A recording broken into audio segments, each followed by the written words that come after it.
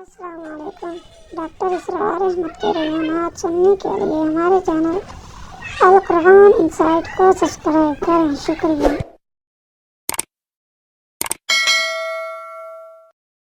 جسے کوئی نبی چیلنج کے ساتھ پیش کرتا ہے کہ یہ ہے میری رسالت کا ثبوت، آؤ مقابلہ کر لو۔ حضرت موسیٰ علیہ السلام کے جو اصل معجزے تھے وہ دو تھے، ایک عصا جس کا کہ مقابلہ کیا، آپ کو معلوم ہے کہ فرعون نے تمام جو جادوگر تھے پوری مملکت کے انہیں جمع کیا اور مقابلہ کیا۔ تو جس چیز کو کہ پیش کیا جائے چیلنج کے ساتھ کہ آؤ تو مقابلہ کر لو، وہ اصل معجزہ ہوتا ہے اس نبی اور رسول کا۔ تو حضور صلی اللہ علیہ وسلم کا اصل معجزہ، یعنی معجزات، آپ یہ موالتے میں مبتلا نہ ہو، میں بقیہ معجزات کی نفی نہیں کر رہا، یہ واقعات اپنی جگہ حق ہے کہ حضور کو پتھر سلام کرتے تھے۔ حضور صلی اللہ علیہ وسلم جس کھجور کے تنے کے ساتھ ٹیک لگا کر خطبہ دیا کرتے تھے، جبکہ ابھی مسجد نبی میں ممبر نہیں بنا تھا، جب تعداد زیادہ ہو گئی مسلمانوں کی اور ضرورت محسوس ہوئی کہ ذرا بلند مقام پر کھڑے ہو کر آپ خطبہ ارشاد فرمائیں، تو پھر وہ ممبر بنا کر رکھا گیا۔ پہلے مرتبہ جب آپ ممبر پر چڑھ رہے تھے خطبہ دینے کے لیے، تو اس کھجور کے سوکھے تنے میں سے ایسی آواز آئی جیسے کوئی بچہ بلک بلک کر رو رہا ہو کہ وہ سعادت جو مجھے حاصل رہی تھی آج تک میں محروم ہو گیا۔ تو یہ انبیاء کا مقام ہے۔ مولانا روم نے اسی لیے کہا ہے کہ فلسفی گو منکر حنانہ است، از حواس انبیاء بیگانہ است۔ فلسفی اور عقلیت پرست انسان وہ تو حنانہ کا انکار کر دے گا، کیسے ممکن ہے سوکھا تنا اور اس کے اندر سے بچے کی طرح بلکنے کی آواز آئے، لیکن یہ اس لیے کہ وہ انبیاء کے خصوصی احوال جو ہے ان کو جانتا نہیں۔ اس قسم کے خرق عادت واقعات حضور کی زندگی میں بھی بے شمار ہوئے، لیکن حضور کا وہ معجزہ جس میں تحدی کے ساتھ چیلنج کے انداز میں کہا گیا کہ آؤ مقابلہ کرو، وہ صرف اور صرف قرآن ہے۔ چنانچہ آپ سورہ بنی اسرائیل میں دیکھیں گے، قُلْ لَئِنِ اجْتَمَعَتِ الْإِنسُ وَالْجِنُّ عَلَىٰ أَن يَأْتُوا بِمِثْلِ هَٰذَا الْقُرْآنِ لَا يَأْتُونَ بِمِثْلِهِ وَلَوْ كَانَ بَعْضُهُمْ لِبَعْضٍ ظَهِيرًا۔ اے نبی چیلنج کر دیجئے، اگر تمام انسان اور تمام جن مل کر یہ چاہیں کہ اس قرآن جیسی کوئی تصنیف کر دیں، تو چاہے وہ ایک دوسرے کا کتنی بھی اس میں مدد کریں اور تعاون کریں، وہ ہرگز قرآن جیسی کتاب تصنیف نہیں کر سکتے۔ اس سے آگے بڑھ کر یہ بات کہی گئی، اچھا پورا قرآن نہیں لا سکتے، اس قرآن کی طرح کی 10 صورتیں ہی تصنیف کر لو۔ جب اس کا بھی جواب نہیں دیا گیا تو جسے کہتے ہیں برسبیل تنزل، اور پنجابی میں کہتا ہے کہ برے کو گھر تک پہنچانا، وہ برے کو گھر تک پہنچانے کے لیے فرمایا ایک صورت ہی بنا لاؤ۔ یہ سورہ ہود میں اور سورہ یونس میں یہ مضمون آیا، اور پھر سورہ بقرہ میں ہجرت کے بعد جو پہلی سورت نازل ہوئی اس میں پھر اس کو دوہرا دیا گیا، وَإِن كُنتُمْ فِي رَيْبٍ مِّمَّا نَزَّلْنَا عَلَىٰ عَبْدِنَا فَأْتُوا بِسُورَةٍ مِّن مِّثْلِهِ وَادْعُوا شُهَدَاءَكُم مِّن دُونِ اللَّهِ إِن كُنتُمْ صَادِقِينَ۔ کہ اگر تمہیں کوئی شک ہے اس کتاب کے بارے میں جو ہم نے نازل فرمائی ہے، شک کیا ہوگا؟ شک اسی بات میں ہوگا کہ شاید یہ محمد کا اپنا کلام ہے صلی اللہ علیہ وسلم، یا کوئی اور انسان ہے جو انہیں سکھا پڑھا رہا ہے۔ اگر تمہیں اس نوعیت کا کوئی شک ہے تو اس جیسی ایک سورت بنا لاؤ، فَأْتُوا بِسُورَةٍ مِّن مِّثْلِهِ۔ اور نوٹ کیجئے گا سورۃ العصر بھی سورت ہے، سورۃ الکوثر بھی سورت ہے، 3 آیات بھی اگر ایسی تم تصنیف کر کے لے آؤ تب تو تمہیں کچھ شک کرنے کا حق حاصل ہوگا، اور اگر نہیں کر سکتے تو جان لو فَإِن لَمْ تَفْعَلُوا وَلَن تَفْعَلُوا۔ پھر اگر تم ایسا نہ کر سکو اور ہرگز نہیں کر سکو گے، ذرا چیلنج کا انداز دیکھیے کہ ہرگز نہیں کر سکو گے، فَاتَّقُوا النَّارَ الَّتِي وَقُودُهَا النَّاسُ وَالْحِجَارَةُ، ڈرو اس آگ سے جس کا ایندھن بنیں گے انسان اور پتھر۔ اب اس بات کو سمجھیے کہ تاریخی حقیقت ہے یہ، جس کا کوئی کافر انکار نہیں کر سکتا، کہ وہ کوئی شخص اس چیلنج کو قبول کرنے کی جرات نہیں کر سکا۔ اگر جھوٹ موٹ کو بھی کوئی کھڑا ہو جاتا اور کہتا کہ ٹھیک ہے میں نے یہ ایک صورت بنائی ہے اور میرا دعویٰ یہ ہے کہ یہ قرآن جیسی ہے، تو ایک کنٹروورسی تو پیدا ہو جاتی نا۔ کچھ لوگ چاہے کہتے کہ نہیں یہ قرآن کے سطح کی نہیں ہے، لیکن یہ کہ اس کا دعویٰ تو ہو جاتا۔ لیکن تاریخ یہ بتا رہی ہے کہ سرے سے کسی شخص نے اس کی جرات نہیں کی۔ اس درجے وہ قرآن سے مرعوب ہوئے تو حضور کا سب سے بڑا معجزہ جو آج تک زندہ ہے، اس کو ذہن میں رکھیے، میں نے جو حضرت موسیٰ حضرت عیسیٰ کے معجزات گنوائے ہیں وہ در حقیقت ان کی اپنی ذات کے ساتھ تھے۔ ید بیضا موسیٰ کے ساتھ تھا، عصا معجزہ اس وقت تھا جب موسیٰ کے ہاتھ میں تھا، اس کے بعد 250 برس تک وہ صندوق سکینہ جو ہے، تابوت سکینہ، اس میں وہ عصا رکھا رہا، لیکن اب وہ معجزہ نہیں تھا، وہ سوکھی لکڑی تھی، اس کے سوا کچھ نہیں۔ تو تمام انبیاء اور رسول کے معجزے ختم ہو گئے، وہ ان کی ذات کے ساتھ تھے۔ محمد الرسول اللہ کی رسالت دائمی ہے تا قیام قیامت، لہذا معجزہ بھی آپ کا دائمی ہے، وہ معجزہ آج بھی موجود ہے۔ البتہ میں ادھر ضرور توجہ دلاؤں گا کہ قرآن مجید کے اعجاز کے 3 پہلو ہیں۔ پہلا پہلو اور زیادہ تر اسی کی طرف توجہ زیادہ ہوئی ہے،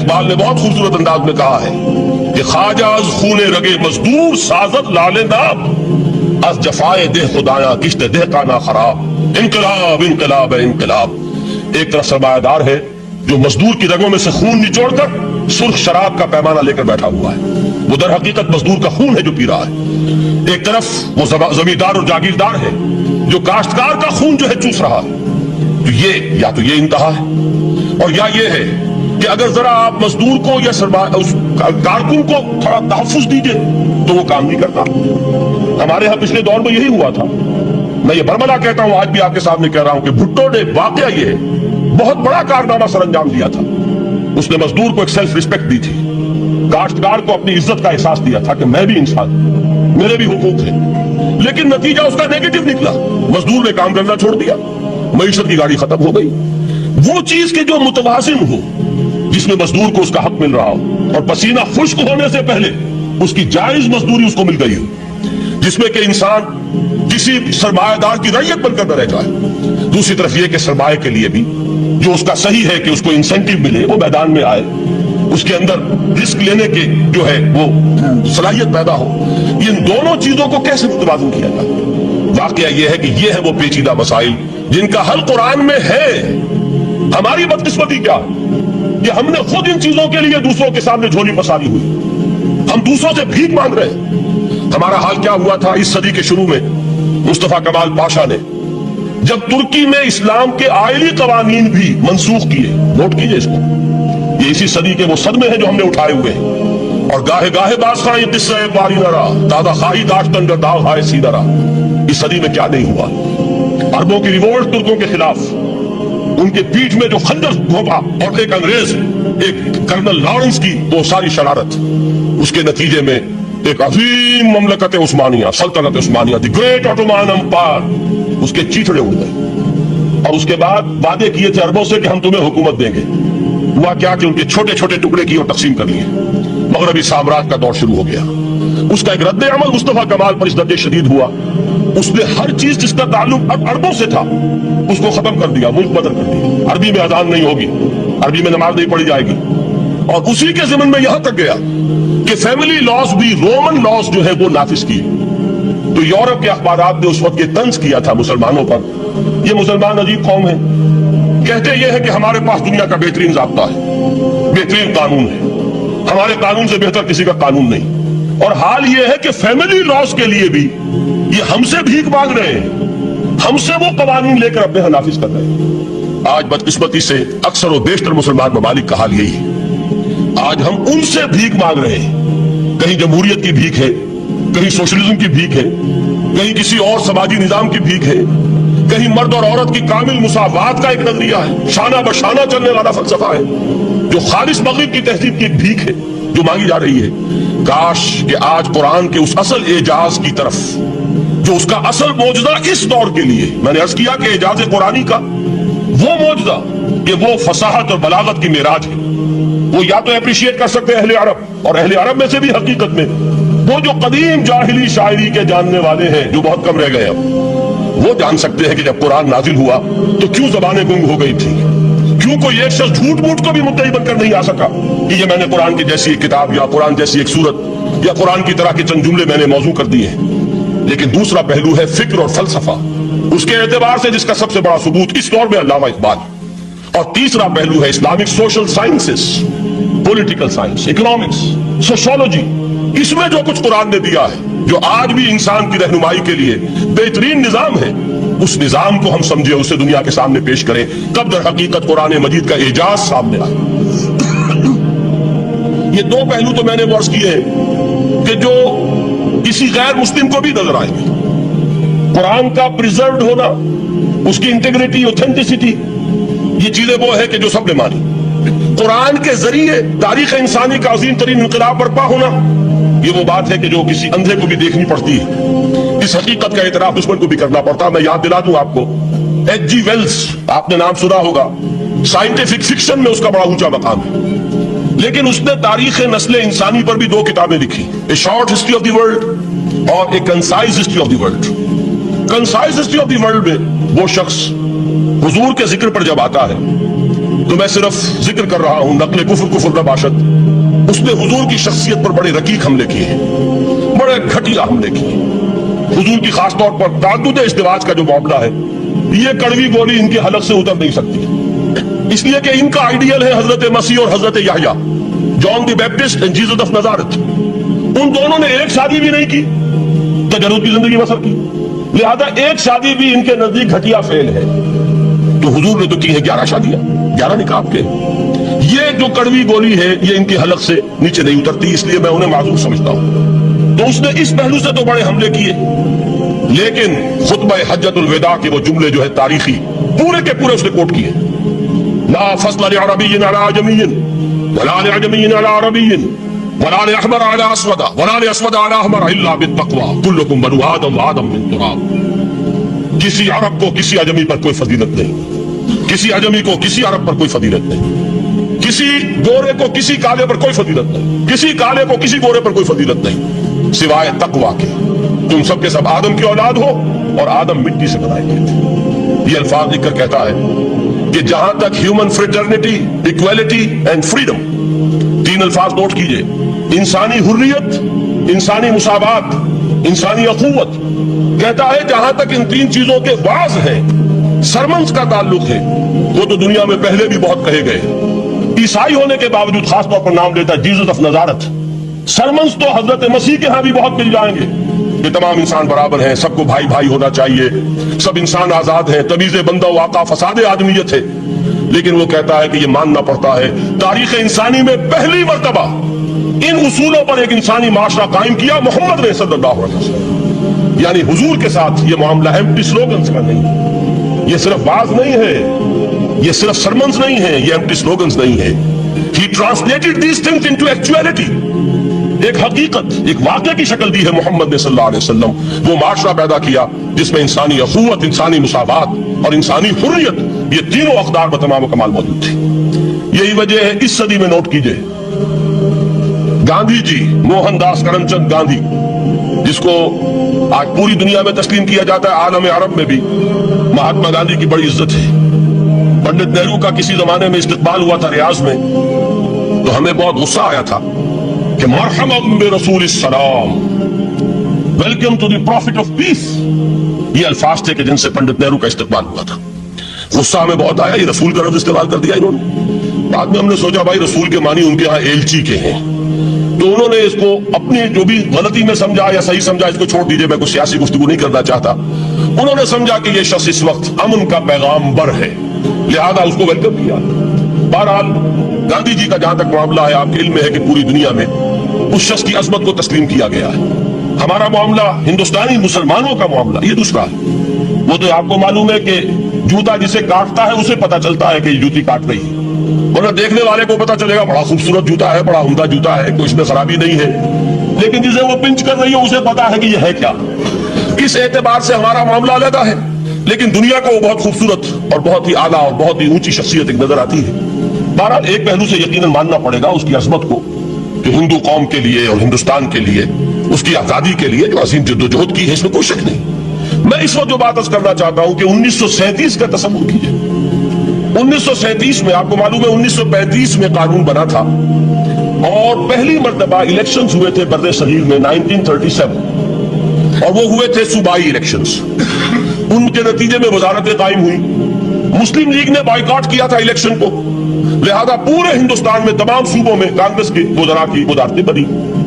ہریجن اخبار میں ایک مقالہ لکھا تھا گاندھی جی نے اس وقت، جس میں کہ ان کانگریسی وزراء کے سامنے نصیحت کے انداز میں یہ بات رکھی تھی کہ آج جب کہ آپ لوگوں کو اختیار مل رہا ہے، اور حکومت، یہ پہلی انسٹالمنٹ تھی جو انگریزوں نے دی تھی ہمیں، سیلف رول یا ہوم رول کی پہلی انسٹالمنٹ تھی، تو جو بھی تمہیں اختیارات مل رہے ہیں اس میں تمہارے سامنے حضرت ابو بکر اور حضرت عمر کی مثال رکھتا ہوں۔ یہ ہے وہ بات کہ جادو وہ جو سر چڑھ کر بولے۔ عربی میں کہتے ہیں الفضل ما شہدت بہ الاعداء، اصل فضیلت وہ ہے جس کا کہ دشمن اعتراف کرے۔ مہاتما گاندھی اگر اعتراف کر رہا ہے کہ تاریخ انسانی کی عظیم ترین شخصیتیں حکومت کی سطح پر وہ ابو بکر اور عمر ہیں، تو ابو بکر اور عمر کس درخت کے پھل ہیں؟ وہ شجرہ طیبہ، شجرہ نبوت ہے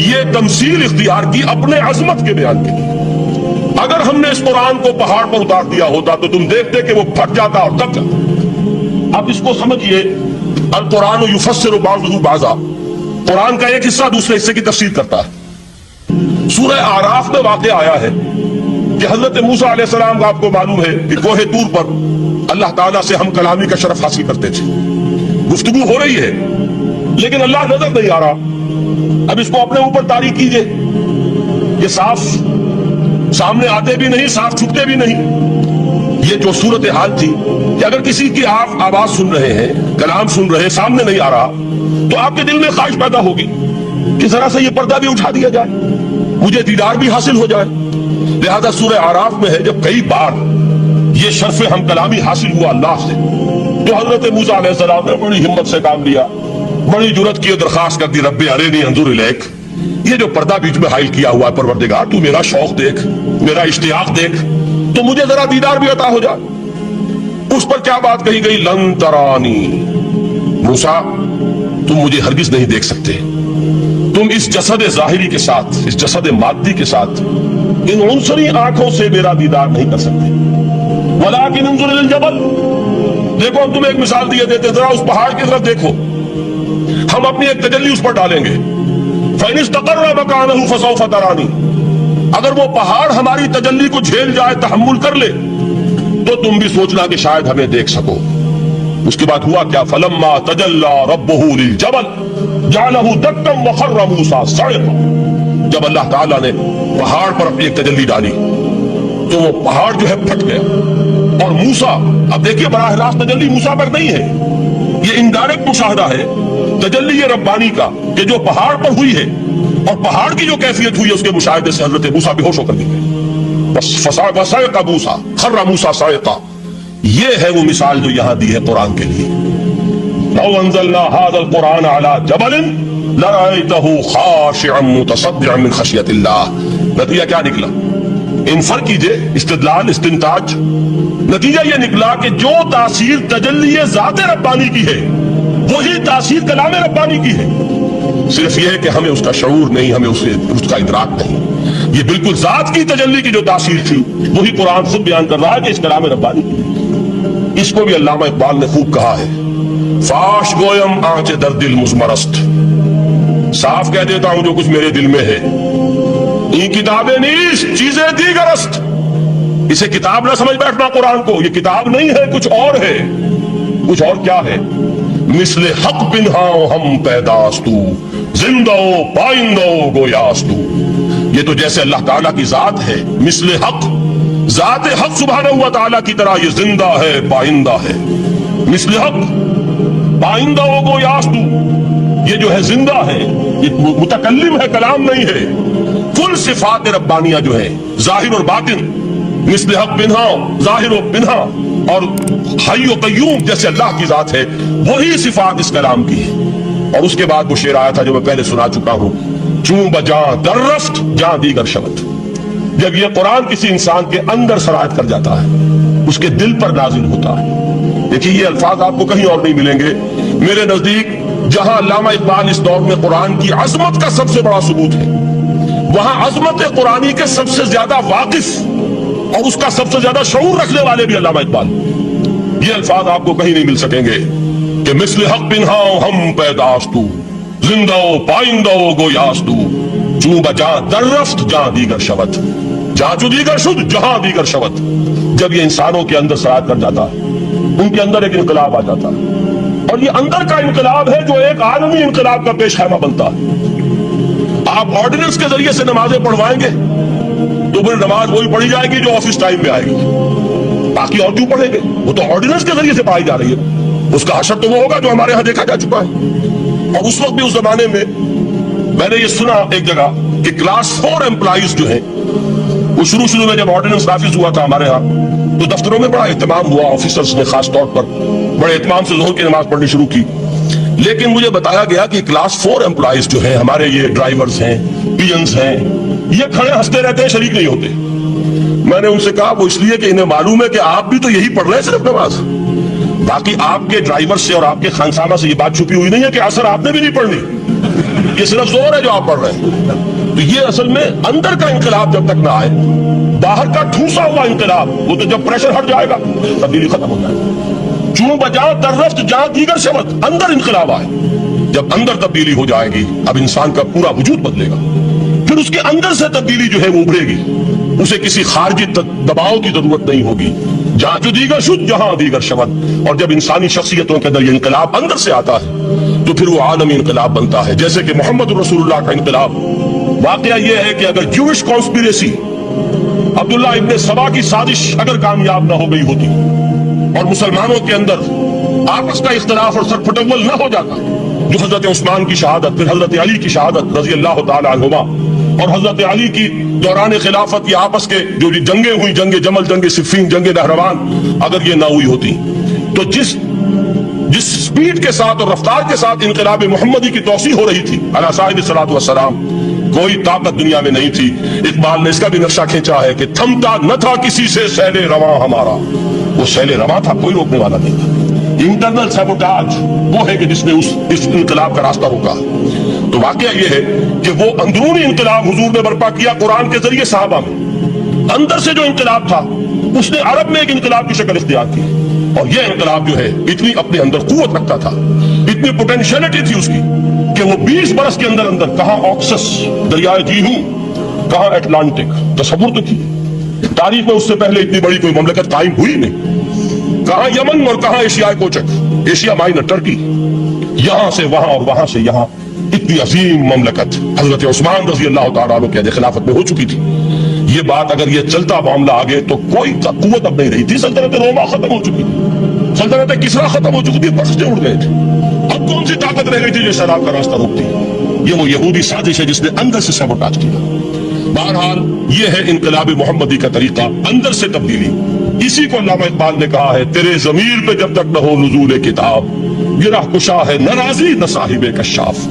یہ قرآن اب بھی تم ایسے محسوس کرو کہ جیسے تمہارے دل پر نازل ہو رہا ہے۔ اور مجھے یاد آیا امام ابن قیم رحمۃ اللہ علیہ، ان کا ایک بڑا پیارا جملہ ہے، وہ کہتے ہیں قرآن کے بعض پڑھنے والے ایسے ہیں کہ جب وہ قرآن کو پڑھتے ہیں تو یوں محسوس کرتے ہیں کہ قرآن مصحف میں لکھا ہوا نہیں ہے، ان کے اپنے دل کے اوپر کندہ ہے، دل کے اوپر سے پڑھ رہے ہیں، یعنی اتنی کامل مطابقت وہ محسوس کرتے ہیں، اپنی فطرت، ہیومن نیچر اور قرآن کے اندر اتنی مطابقت ہے، اس طرح وہ ٹیلی کرتے ہیں ایک دوسرے کے ساتھ، یہ محسوس ہوتا ہے کہ وہ کتاب ان صفحات میں لکھی ہوئی نہیں ہے بلکہ لوح قلب پر لکھی ہوئی ہے کہ جہاں سے وہ انسان اسے پڑھ رہا۔ تو پہلی بات تو قرآن مجید کی آیت کے حوالے سے اس پہلو سے ہمارے سامنے آئی کہ جو تاثیر ہے ذات ربانی کی تجلی کی، وہی تاثیر ہے اس قرآن مجید کی، بشرطے کہ ہمارے دل جو ہیں وہ کچھ اپنے اندر اس استعداد اور صلاحیت کو پیدا کر لیں۔ دوسرا مقام ہے سورہ یونس کا۔ اب کسی کلام کی عظمت کا دوسرا پہلو ہو سکتا ہے اس کی افادیت کے اعتبار سے، اس سے فائدہ کیا ہوگا نوع انسانی کے لیے۔ دیکھیے دو آیات، یہ عظیم خزانے ہیں عظمت قرآن کے، سورہ یونس میں، یا ایھا الناس، اے لوگو، قد جاءتکم موعظۃ من ربکم وشفاء لما فی الصدور وہدی ورحمۃ للمؤمنین۔ 4 الفاظ نوٹ کر لیجئے، اے لوگو آ گئی ہے تمہارے پاس وہ چیز تمہارے رب کی طرف سے جو موعظہ ہے۔ موعظہ کسے کہتے ہیں؟ نصیحت۔ اس بات کو ذرا سمجھ لیجئے ترتیب کیا ہے۔ نصیحت اسے کہتے ہیں، جی رہا نہیں جا رہا، میں نے اس کی ترتیب بدلی ہوئی ہے۔ مجھے یاد دلایا ایک صاحب نے کہ سورہ رحمان کی ابتدائی آیات کا بیان تو رہ گیا، وہ رہا نہیں، میں نے پڑھا کسی اور ترتیب سے تھا، بیان کسی اور ترتیب سے کر رہا ہوں۔ پڑھنے میں 4، 2 اور 1، اور اب جو میں بیان کر رہا ہوں پہلے 1 آیت سورہ حشر کی جو بیان کی، اب 2 آیات ہیں سورہ یونس کی۔ لوگوں تمہارے پاس آ گئی ہے تمہارے رب کی طرف سے موعظت، اور تمہارے سینوں کے اندر جو روگ ہیں ان کے لیے علاج۔ توجہ کیجئے گا، ہم نے قرآن کو کیا سمجھا ہے؟ صرف ایک مقدس کتاب، ایک حصول ثواب یا ایصال ثواب کا آلہ۔ قرآن ہے کیا؟ نمبر 1 موعظہ۔ موعظہ کسے کہتے ہیں؟ وعظ اسے کہتے ہیں وہ بات جس سے دل نرم ہو جائے، دل کے اندر گداز پیدا کرنے والی شے۔ وجہ کیا ہے؟ اعلیٰ سے اعلیٰ حکیمانہ بات کسی سے کہی جائے، دل سخت ہے، اثر نہیں ہوگا، ایک کرسٹ آ جاتا ہے انسان کے دل کے اوپر،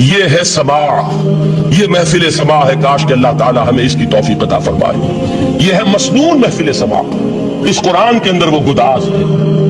آیا کہ نہیں 7ویں پارے کی بالکل آغاز میں وَإِذَا سَمِعُوا مَا أُنزِلَ إِلَى الرَّسُولِ تَرَىٰ أَعْيُنَهُمْ تَفِيضُ مِنَ الدَّمْعِ مِمَّا عَرَفُوا مِنَ الْحَقِّ يَقُولُونَ رَبَّنَا آمَنَّا فَاكْتُبْنَا مَعَ الشَّاهِدِينَ۔ تو یہ ہے دوسری چیز کہ در حقیقت تزکیہ نفس کا ذریعہ یہ قرآن ہے۔ سینوں میں جو روگ ہیں، حب دنیا، حب مال، حب شہرت، حب اقتدار، جس کو کہ ایڈلر کہتا ہے دی ارج ٹو ڈومینیٹ، میں میرا غلبہ ہو، میرا تسلط ہو، میں نمایاں ہو جاؤں، میری حکومت بن جائے، اختیار میرے ہاتھ میں آ جائے، دی ارج ٹو ڈومینیٹ۔ یہ ساری ارجز ہیں ہماری در حقیقت جس سے فساد رونما ہے۔ یہ حب مال ہے جس کی وجہ سے ہمارے اندر تنافس ہے۔ الہاکم التکاثر حتی زرتم المقابر، یہ کثرت اور بہتات کی طرف تمہیں غافل کیے رکھتی ہے یہاں تک کہ قبروں تک جا پہنچتے ہو۔ آنکھ انسان کی کھل نہیں پاتی۔ جس کے پاس 10 نسلوں کے لیے کھانے کو موجود ہے، اس کی بھی حرص جو ہے اور مزید کا لالچ جو ہے وہ ختم نہیں ہوتا۔ یہ چیزیں ہیں اصل روگ، ان دلوں کے روگوں کا اور سینوں کے اندر کے امراض کا علاج قرآن۔ یا ایھا الناس قد جاءتکم موعظۃ من ربکم وشفاء لما فی الصدور۔ اب جب یہ دو چیزیں ہو جائیں گی، اب تیسرا لفظ ہے ہدن۔ ہدایت بیکار ہے جب تک دل میں گداز نہ ہو، ہدایت بیکار ہے جب تک کہ نیت درست نہ ہو۔ کوئی شخص بڑا عالم ہے لیکن اپنے علم کو اس نے ذریعہ بنایا ہے دنیا کمانے کا، تو در حقیقت یہ قرآن اس کے حق میں ہدایت نہیں ہے، اس کے حق میں عذاب خدا بندی کا ذریعہ بن رہا۔ حضور نے خود فرمایا القرآن حجت لک او علیک، یہ قرآن یا تمہارے حق میں حجت ہے یا تمہارے خلاف حجت بنے گا قرآن کے قیامت کے دن۔ اس لیے کہ ایک شخص اس کو دنیا کمانے کا ذریعہ بنا رہا ہے، ایک شخص اس کو شہرت کے حصول کا ذریعہ بنا رہا ہے، ایک شخص علم کو ذریعہ بنا رہا ہے دنیا میں نمایاں ہونے کا، اپنی تعریف کا۔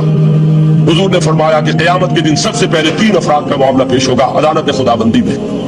ایک وہ جو بڑا عالم سمجھا جاتا تھا، اس سے بڑا علم پھیلا۔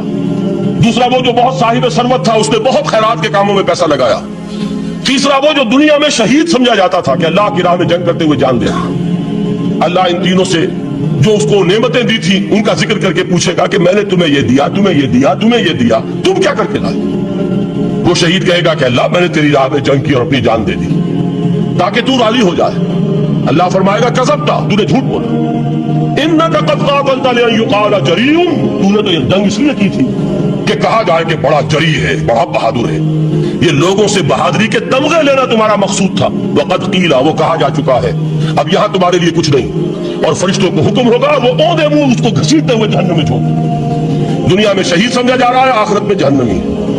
یہی حال اس عالم کا ہوگا، یہی حال اس دولت مند کا ہوگا۔ تم نے یہ علم پھیلایا تھا کہ تمہارے علم کا چرچا ہو جائے، تمہاری شہرت ہو جائے، لوگ تمہاری دستبوسی کرنے لگے، لوگ تم سے جھک کر ملے۔ وہ دنیا میں ہو گیا، تمہارا مطلوب مل چکا، تمہارا مقصود حاصل ہو چکا، اب یہاں کچھ نہیں۔ تو جان لیجئے کہ جب تک دلوں کے روگ درست نہ ہو، علم بیکار ہے، ہدایت قطعاً غیر مفید ہے۔ پہلے دلوں کا کرشٹ اترے، اس کی سختی دور ہو، یہ ہے موعظہ۔ دلوں کے اندر سے حب جاہ، حب دنیا، حب مال نکلے، یہ ہے تزکیہ۔ شفاء لما فی الصدور، اب ہدایت خداوندی، اب راستہ آپ دیکھیں گے اور اس راستے پر چلیں گے۔ یہ ہدایت جو ہے دنیا میں، یہی آخرت میں رحمت کی شکل میں ظاہر ہوگی۔ جنہوں نے اس قرآن کی ہدایت سے فائدہ اس دنیا میں اٹھایا، آخرت میں رحمت خداوندی کی بدلیاں ان پر سائے کریں۔ ایک حدیث میں تو باقاعدہ الفاظ آئے ہیں کہ سورہ بقرہ اور سورہ آل عمران یہ 2 بدلیوں کی صورت میں ظاہر ہوں گی میدان حشر میں، اور ان لوگوں پر سایہ کریں گی کہ جن کو ان سے بڑی محبت تھی۔ یہ 4 الفاظ نوٹ کر لیجئے اسی ترتیب کے ساتھ۔ یا ایھا الناس قد جاءتکم موعظۃ من ربکم وشفاء لما فی الصدور وہدی ورحمۃ للمؤمنین قل بفضل اللہ وبرحمتہ، اے نبی کہہ دیجئے یہ اللہ کا بڑا فضل ہے، لوگوں سمجھو، اس کی بڑی رحمت کا ظہور ہوا ہے اس قرآن کی شکل میں۔ اس کی رحمت کا مظہر عدم قرآن ہے، اس کے فضل کا سب سے بڑا ثبوت قرآن ہے۔ فبذالک فلیفرحوا، اس پر انہیں خوشیاں منانی چاہیے۔